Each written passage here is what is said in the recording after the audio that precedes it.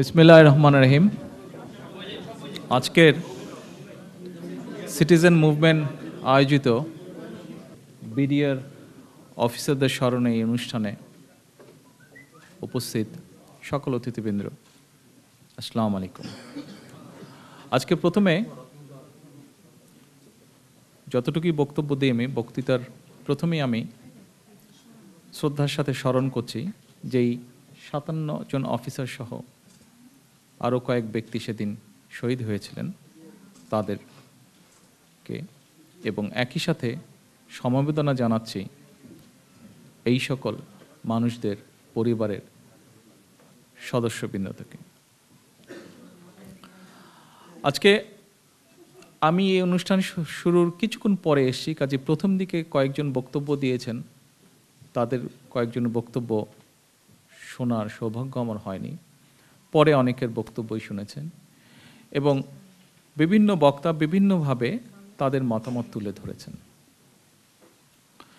আপনারা যদি আজকে এই পিছনে যেই ব্যানারটা লাগানো আছে, এই ব্যানারটা যদি ভালো করে খেয়াল করে দেখেন, ব্যানারে 3টে ইম্পর্টেন্ট শব্দ আছে।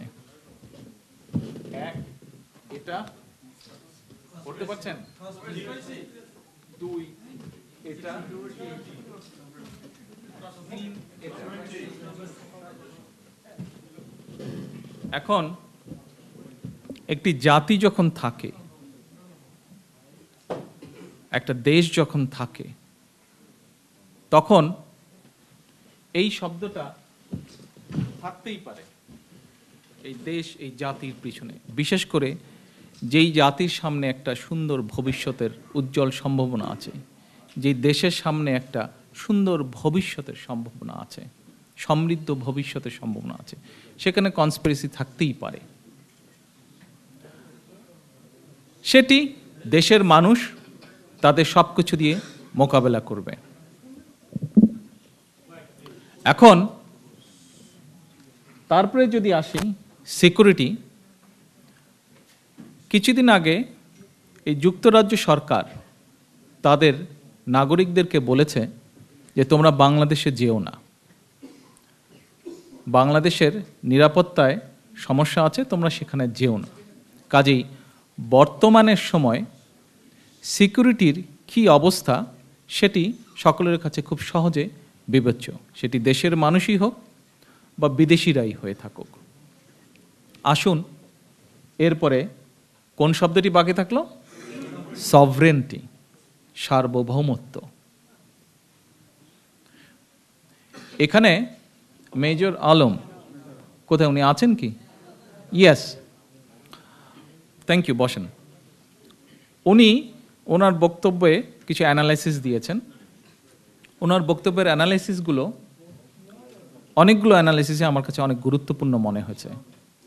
বিশেষ করে উনি বলেছেন, উনি ওনার মতন করে বলেছেন যে কি উদ্দেশ্যে, কি প্ল্যান করে 57 জন অফিসার সহ যাদেরকে হত্যা করা হয়েছে, কাকে কি মেসেজ দেওয়া হয়েছে, এরকম একটি কথা উনি তুলে ধরেছেন ওনার বক্তব্যে।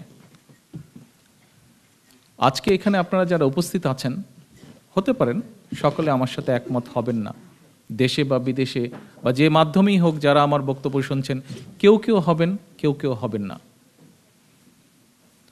কিন্তু আমি যেটি বিশ্বাস করি সেটি হচ্ছে 1971 সালে যখন আমরা যুদ্ধ করে দেশের সার্বভৌমত্ব ছিনিয়ে এনেছিলাম, সেদিন দেশের মানুষের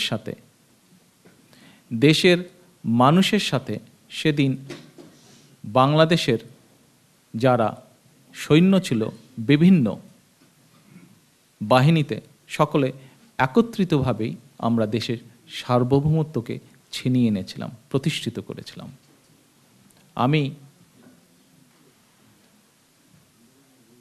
এই কথার সাথে এটাই বলতে চাচ্ছি যে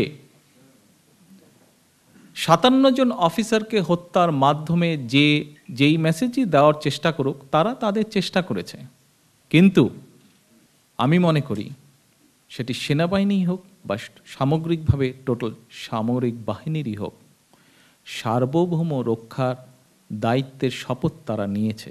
কাজে এই শপথ রক্ষার দায়িত্ব তাদেরই, সেটি জনগণকে সাথে নিয়ে তাদেরকেই রক্ষা করতে হবে এবং তাদের কাছে আমি মনে করি সমগ্র 16 কোটি মানুষ বর্তমানে এটিই আশা করে।